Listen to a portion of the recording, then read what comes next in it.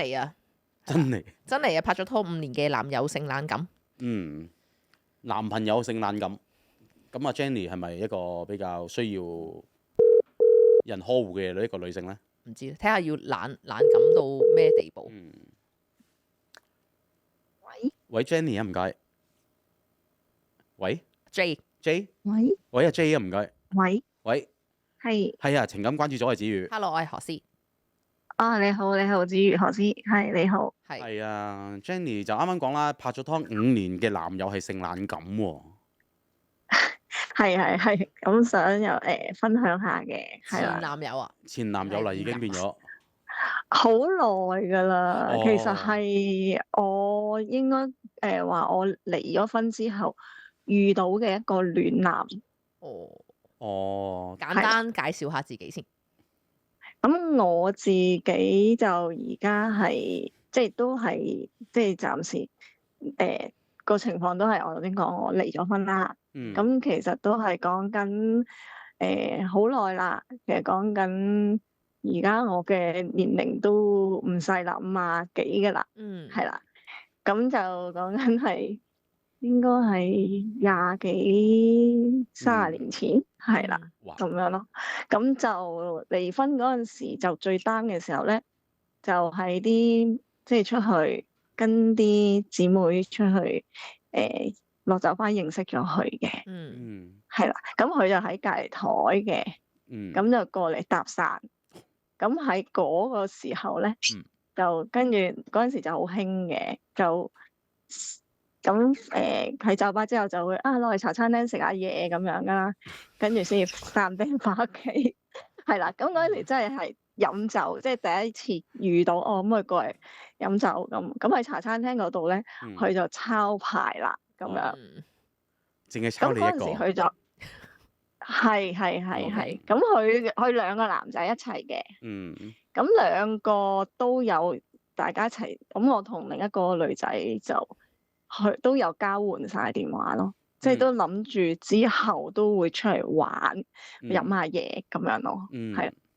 咁嗰陣時，咁我講快少少啦。咁跟住之後，佢唔知我嗰陣時係即係離咗婚。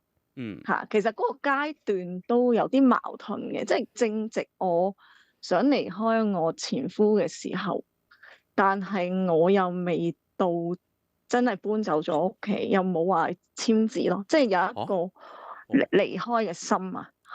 即係你嗰陣時係離婚嘅喎，你嗰陣時係準備想離婚，跟住就認識咗呢個人。我應該係講翻啫。係啦，有嗰個離嘅心，即係諗緊部署緊幾時我要離開個屋企咧，因為我仲有個小朋友，好細。咁但係咁嗰個階段有啲忐忑嘅時候，咁佢嘅出現咧，咁我唔知道佢其實都叫做點解我叫做佢都叫做幫咗我咯，因為我即係嗰陣時同前夫個關係好差嘅。我係可以佢同我嗰陣時係電話聯絡咧，係去即係夜晚，我會夠膽喺騎樓打俾佢。我個前夫就喺房嗰度咯，我好大膽去即係會同佢打去即係傾偈。但係我唔知，其實我唔知我前夫會唔會知。其實我嗰陣時冇理㗎啦，已經，因為我都覺得我同佢係決裂嘅關係㗎啦。其實嗰陣時，即係你分房啦，即係已經係冇晒即係冇晒溝通㗎啦，同你前夫嗰一刻。又冇分房喎，因為嗰陣時我哋冇得分啦，即係叫做未到講離婚啊。其實係我好撇脱，我想咁，佢唔想嘛，即係我前夫唔想啊嘛，佢冇。你單方面嘅。係我自己我單方面個心想離開佢，係啊，因為佢有啲係即係家暴啊嗰啲情況出現咗嘛。係啦。咁嗰陣時我係好擔，咁好似好需要有朋友有人幫我，咁跟住同學對佢係有啲叫係 Hello。喂，聽唔聽到？啱窒晒。係啦。嗰陣時有啲咩啊？係佢係幾靚仔，即係外貌嘅吸引一定有咯，即係大家咁跟住。你講前夫定係講新識嗰個？因為啱窒咗下睇唔到。新識新識嗰個，哦，新識嗰個暖男啦。咁跟住嗯佢嗰陣跟住之後咧，我同佢有暗啞底就即係偷偷地講下電話啊咁樣，跟住就後尾就再約出嚟見面啦，咁傾偈啦。咁我就講出咗我嘅情況，嗯咁佢就話幫我揾屋，陪我一齊出去。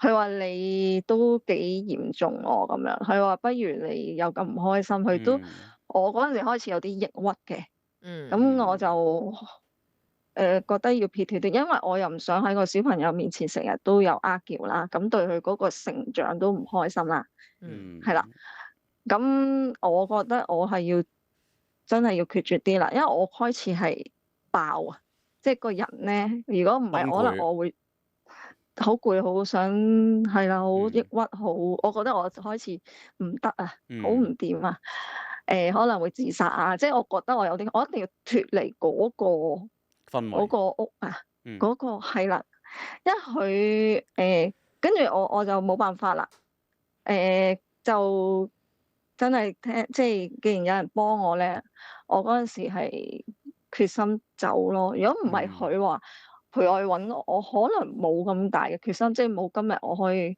即係咁堅強打上嚟同你講呢啲事啦。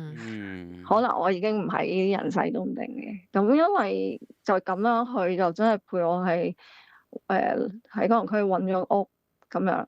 咁因為我好想離遠啲嘅，我係住新界嗰陣時，即係我前夫間屋。咁跟住就佢我再講佢揾到屋啦。咁周圍好頻撲，咁佢又好好喎。佢就話你唔夠錢啊？我資助你1000蚊啦。咁其實佢自己嗰陣時嘅人工都好低嘅，而且佢又要俾佢係一個溫室長大嘅男孩嚟嘅。佢就好聽父母話嘅，父母供到去大學生，咁佢又會去俾，即係佢俾佢嘅人工叫做2/3已經俾晒屋企嘅。咁佢就出嚟飲飲食都係靠自己啦。跟住佢仲話俾1000蚊我其實對佢嚟講好多㗎啦，20年對佢嚟講前一個屋租係啊，多㗎。佢嗰嗰陣時可能講緊係5、6千蚊嘅人工咁樣。係啊，即係可能係即係嗰陣時嗰個年代。咁跟住就好感激佢啦。咁佢跟住間屋咁吉㗎嘛，咩傢俬都冇，我又冇準備任何嘢。咁嗰晚就我話我間屋度瞓啦，瞓地下啦咁。咁啱去揾嗰間屋就係佢屋企附近，其實佢行2、3條街就過到嚟嘅。佢就竟然喺點解話佢暖男咧？我今時今日都好刻骨銘心咧，其實都好感謝佢嘅，因為佢係喺佢屋企將佢床上面嘅床褥半夜3更2、3點喺條街度捧過嚟俾我咯。係啊，佢2隻手托住咁捧過嚟喺條街。其實如果我諗今日如果大家有手機，可能有人拍低咗，可能見報或者上咗咩西網嗰啲㗎啦。咁佢瞓邊啊？佢呢一幕我搬去我屋企咯，一齊住啊嘛。我租嗰間係即係啊有 lift 嘅，有 lift 嘅唐樓嗰啲啦。有 lift 嘅唔係唐樓啦。有 lift 跟住再咁樣有 lift 嘅都到嘅，係啦係洋樓啦。咁嗰一幕係到而家我都永世難忘嘅，即係有講起我刻骨銘心嘅。我諗起戀上你的床啊。之後咧，佢係。所以叫佢暖男係真係好正確，但佢又出錢幫我又跟住，咁我就要入題啦。跟住就差唔咁開始產生咗感情啦，佢一路陪咗啦。咁我亦都即係搞掂我前夫嘅關係，即係佢知道我走咗啦，咁都唔會翻嚟啦。咁係啦，因為小朋友嗰陣時有工人睇住，有我前奶奶睇住，咁我又會放心嘅。亦都我擺低咗我嘅。即係有限嘅資金俾個工人姐姐，咁有咩即係佢都處理到咁嗰啲啦。咁即係安排好，咁我就自己出咗嚟，咁我又開始揾工啦，咁啊自己出去做嘢。咁跟住開始同佢相處，因為佢近啊嘛，咪成日會陪住我咯。咁就點樣唔知點樣，我都唔記得咗啦。好自然咁樣，大家拖手，咁就拍拖。但係嗰陣時你同你前夫嘅關係係處理到咩階段？其實我同我 send 個信息俾佢嗰陣時係 send 信息，唔係 send voice。我話我唔會再翻嚟㗎啦，咁樣咁亦交低晒啲嘢就我話我就佢就話搬咗翻阿媽度住嘅。哦，咁一路都係啦，咁一路個小朋友都係以為我係翻咗去婆婆度，咁其實我就冇嘅，因為我屋企人屋企唔夠地方嘅，去公屋，亦都因為我嘅家姐嗰度有幾個小朋友都大，咁我婆婆就係即係我阿媽就係要幫手湊孫，都唔夠地方啦，咁我要等陣先，咁自己出去住啦。咁即係你留低咗你小朋友喺你前夫度啊？係啊。但係你同佢講你唔再翻去喎，你咁忍心嘅？因為唔係佢好錫，佢係我有講過，我要見我係會揾翻，即係佢會打佢出嚟嘅。咁同埋我放心係因為佢哋係中南，咁因為佢哋係屬於圍村嗰啲人嚟嘅。OK。即係都錫佢係有係，同埋佢一定係佢，即係我奶奶係攬住個仔係金波咯。即係當我同佢俾佢家暴嘅時候，佢係上嚟，即係啲村屋啦，佢係上嚟攬住個仔落去。佢係唔理我㗎，佢見到我係唔會同你報警，你受到傷害唔會理你。即係我嗰陣時係崩潰到，我係無助嘅。係啊，即係佢屋企人係好平常啫嘛，你呢啲嘢好平常咯。即係我嗰陣時，所以我個人話我會爆就係咁，因為佢屋企人亦都俾壓力我，咁正常啫嘛呢啲咁樣。大男人係咁噶啦，咁我接受唔到佢哋嗰套咯。可能佢同你講，你奶奶我都係咁樣過嚟嘅啫，佢阿爸都係咁打我嘅啫。係啊，我試過入醫院，搞到有社工跟，亦真係報警。我自己行上佢車，佢屋企人上嚟我都話唔使，你唔好上嚟。但係佢哋係要跟住嚟，咁冇辦法。咁跟住去到醫院瞓嗰陣時，即係我亦都去過媽媽之家嘅。即係老實講，即係嗰段時間我都係俾個機會我前夫係幾次嘅。咁但係我最終我點解會跟住個暖男去幫我就搬走，都係因為之前呢啲發生嘅嘢啦。佢嘅親戚你講得啱，佢真係上到嚟醫院係同我坐喺我隔離，佢嘅親戚啊，即係佢哋叫做女家嘅親戚住喺佢同一條村噶嘛。佢嚟探我就話：我老公都係咁對我噶啦。冇嘢㗎啦，係咁㗎啦，咁樣唔得咯，我接受唔到咯。我都係一啲比較時代有工作能力嘅女性，我真係接受唔到佢哋嗰傳統嗰套咯。係啊，咁我咁我就去到講翻呢度啦。咁開始咗就開始拍拖，係啦。咁係啦，跟住搞掂前夫嗰筆啦，即係離咗婚啦。咁跟住就同佢拍拖就開始，咁你一定有啲親密嘅嘢啦，咁就開始發現咗。嗰陣時未發現，佢後尾發現，其實係後尾發現。咁而我就發現，應該第一次去做到咧。原來佢係我喺櫃桶揾到去食嘅嗰啲叫做偉哥咩根，唔係嗰陣時冇偉哥，冇西藥嚟嘅，中藥嚟嘅，中藥嗰啲叫六根咩牛鞭丸啊。虎鞭係咪啊？係啊，因為我唔係好識噶嘛。滋補三邊丸。係啊，我諗係我嗰陣時好，即係我都幾順嘅，我未見過呢啲人咩嚟嘅，應該係櫃桶有樽咁嘅嘢咧。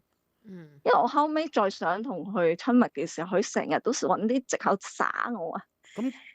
係啊，即係好似好抗拒啊！唔好掂我啊，唔想咁，好奇怪，我覺得佢。咦？咁佢唔係懶感喎，佢係無能喎，反而係咪？我掂佢會話我諗起個卡通片嘅叮當咯，咁樣佢話你掂我好想笑啊，咁樣咯，即係一啲肌膚親密都係啊，好奇怪。你掂佢諗起叮當，所以你唔好掂我啦，咁樣啊？你好似叮當好笑好痕啊！你掂我好痕啊，咁樣係啊。哇！你個劇情真係似以前嗰套《戀上你的床》喎。我冇睇過都。係一來夜晚就掉咗張床，嗯即係佢就要翻張床啦。二來就係講古天樂佢性無能嘅，因為有一單案令到佢有咗障礙，哦就從此唔勃起咁樣。即係但係之後好翻嘅。anyway 好有啲似啫。你繼續講翻你個故仔。咁我冇睇過，我好似有冇睇過我都唔記得，但唔緊要啦係我唔知道係似啦。咁係我岔開咗，唔好意思。係咁跟住係啦，咁揾到，咁我有諗啊，佢係咪咩咧咁樣？咁就問佢，佢就好和盤托出，就話佢嘅前度離開佢係因為佢唔得。性冷感。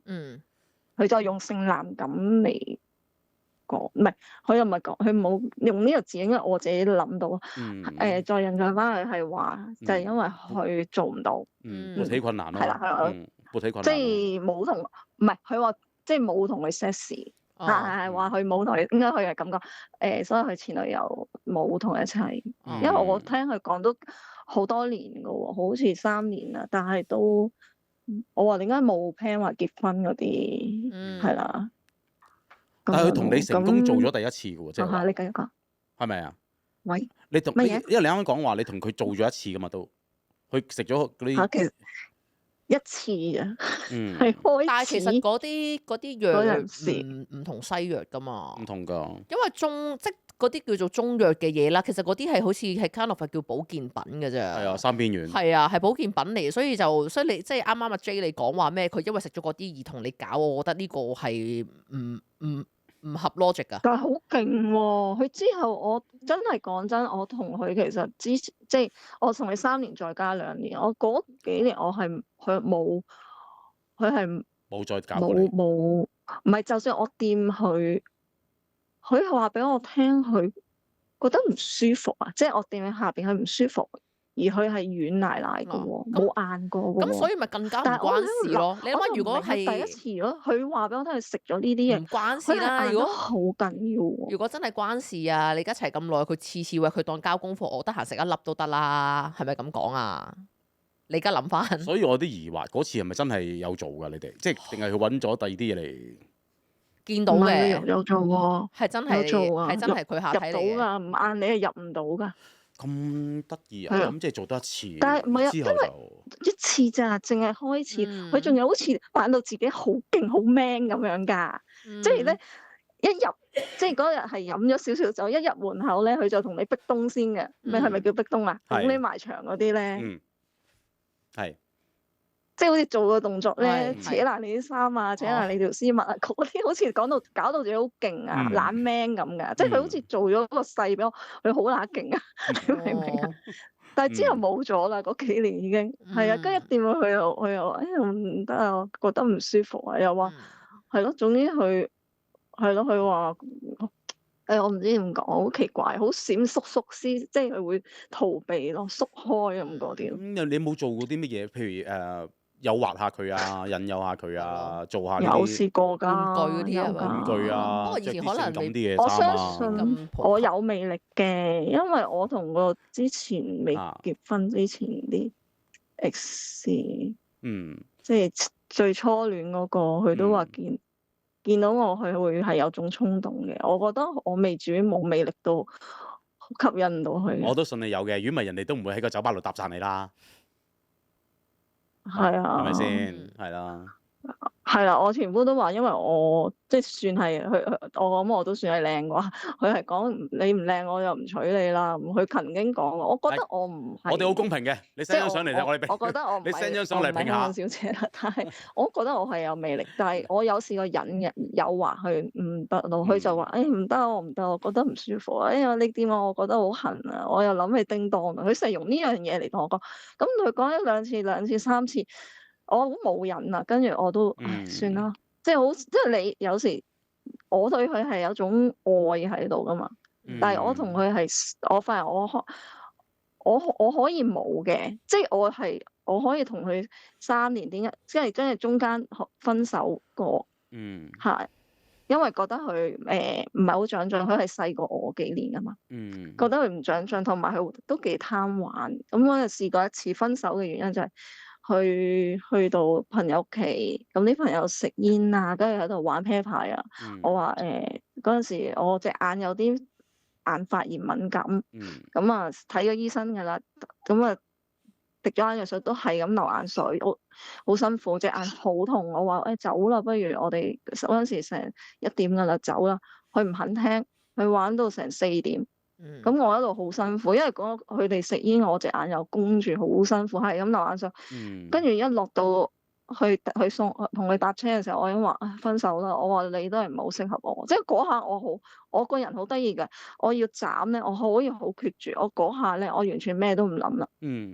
即係我同佢都3年，我覺得睇到個情況，我好唔掂喎。第一，即係佢個長進嗰個程度又唔得啦，即係去做嗰啲即係 part time 即係嗰啲工咧係合約制啊嘛。咁我想同佢 long term，我覺得佢即係我排除咗 sex 嗰樣嘢啦。即係我嗰陣時可能我失婚後，我係會覺得呢樣嘢對我唔係最重要啊嘛。我覺得心靈上嘅交流係最重要，我同佢係溝通到，而佢係陪伴到我嘛。即係佢做嘅都支持我啦。咁我好想同佢有將來，我先至想去你轉份工或者做 long term，唔使再合約制，揾多少少錢。因為嗰陣時我發現我揾嘅錢多過佢，我出翻嚟做嘢。即係好幾年啦，咁我都覺得已經年幾2年，我咪3年啦，我都開聲啦。咁佢都冇聽。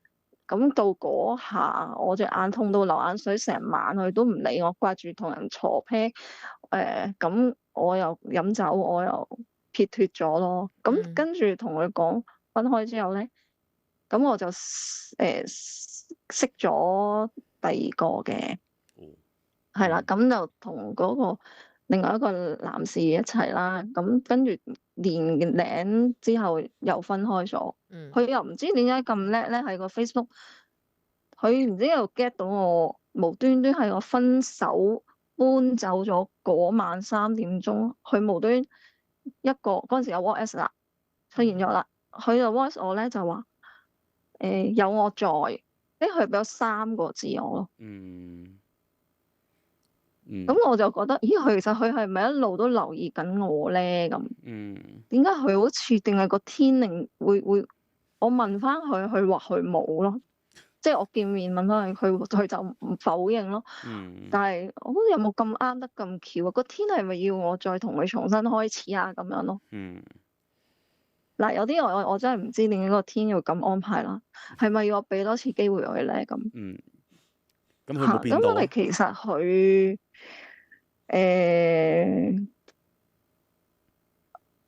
睇下先。咁其實同佢一齊再開始翻咧，其實我又發現佢有啲嘢，佢話佢自己上進咗啦，話有人揾咗啲 part time 啊，點。其實佢都係呃咗我咯。係啊，咁2年後我哋再分開，即係我都係放棄咗佢嘅。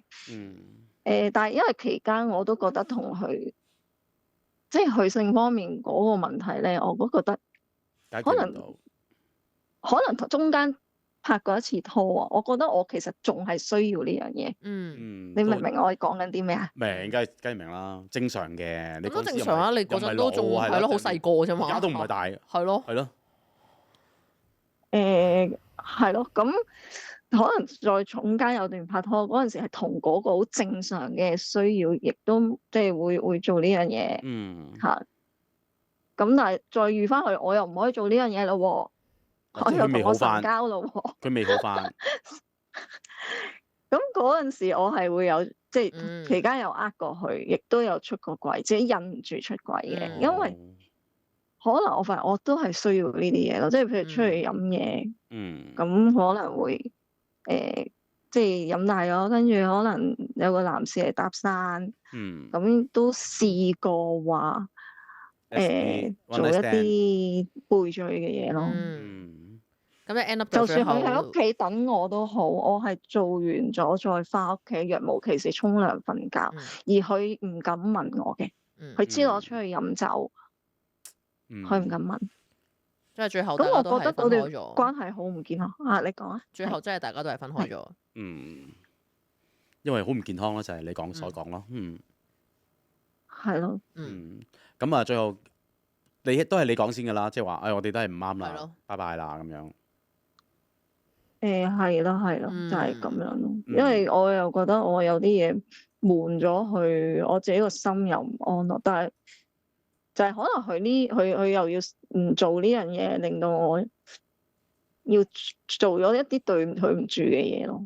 係咯，咁但係到今日我都係覺得係一個暖男嚟嘅，係咯。咁我又冇提話，因為呢樣嘢我要同你分開啊。咁呢個其實可能都係其中一樣咯。即係再第二次，即係俾個機會佢再一齊之後再分開，其實呢個都係個原來我發現原來呢個都係個 point 嚟嘅。其實當然，即係開頭我覺得唔係好重要，原來我覺得都係重要嘅。原來即係兩個人冇可能成世神交噶嘛。咁阿 J，你覺唔覺得你第二次再同佢一齊咧，係只係你要揾人陪伴而同翻佢一齊？承認。咁得啦，我唔使我真係鬧你。唔使諗。咁我唔使。係，我覺得係。佢自己知嘅喺你係失戀嗰陣時，可能佢再出現佢3個字有我做，其實唔係個可能拍拖都會聽到呢啲説話咯。有都未必係真。所以我都有都未必係真。知你講。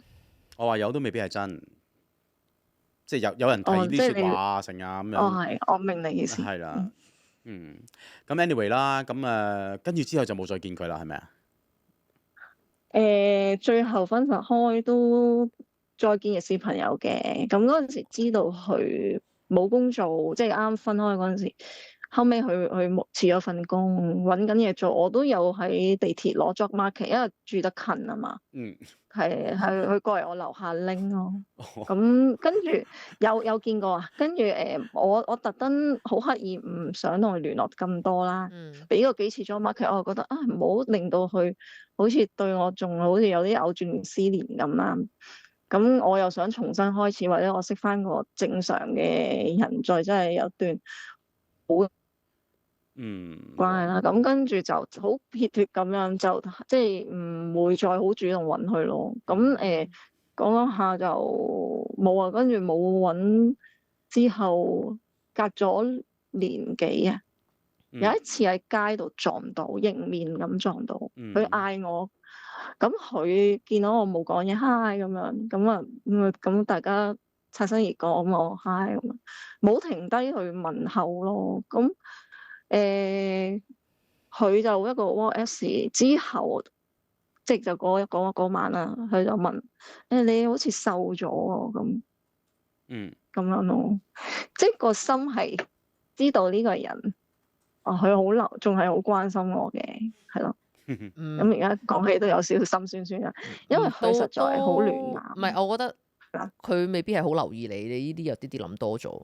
佢個人設本身就係咁樣噶啦，即係佢其實撞到任何一個老朋友，我諗佢都會咁，只不過講多定少嘅啫。係咯。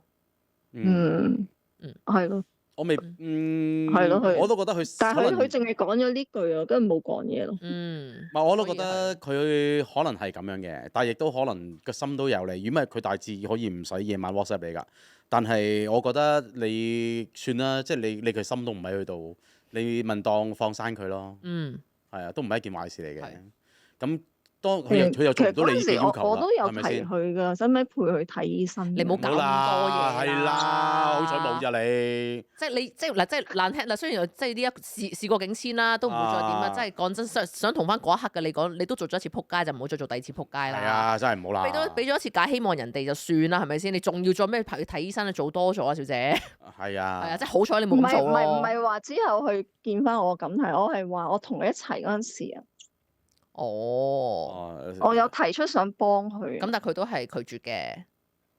係啊，我唔係之後，我唔係分開之後，咁我係同佢一齊。我其實有諗過想同佢一路落去嘅。我係想叫佢你去面對你嗰個問題，我使唔使陪你去睇醫生？但係佢唔肯咯。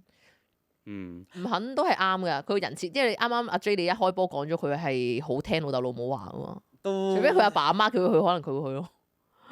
可能係啦，係啊，唔係呢個唔緊要啦，其實只係一個刷新情緣啫，即係喺你身邊出現過一個暖男咯，咁你淨係記住佢嘅好就得㗎啦，係啊，係咯。你有冇見你仔仔啊而家？有，佢而家有啊，我聽日同佢睇戲添。哦，聽話嗎？好乖嘅，即係我有啊，有睇咩啊？成日見優秀大都會啊，聽下。係差唔多個禮拜都見。好大個啦，應該都依家。係咯。聽唔到，唔好意思。小朋友依家好大個。小朋友應該20歲，係咯，廿歲啊嘛，20幾歲。係啊，咁佢都好理解咯，好明白咯。有乜唔理解？20幾歲你都嚟咗咁耐喎。咁你自己咧，你而家 status 咧？係啊。而家個 status 就有個限咗都多過咗幾年嘅男朋友咯，係咯，都對你好唔好啊？如果如無意外嘅，即係冇話特別嘅，都希望係行到即係最後啦咁樣。暖唔暖啊？呢個係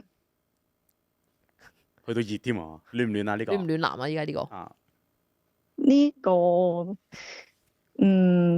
要調教，要煲下，要煲下先暖。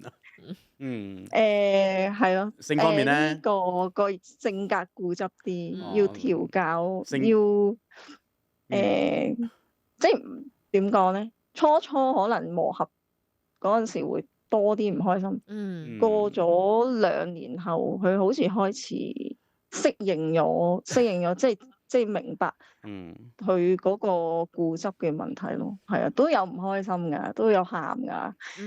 但係即係佢都係一個失婚嘅男士咯。係咯。咁就大家嘅小朋友都大。佢都有小朋友。咁可能係啊，對方都係。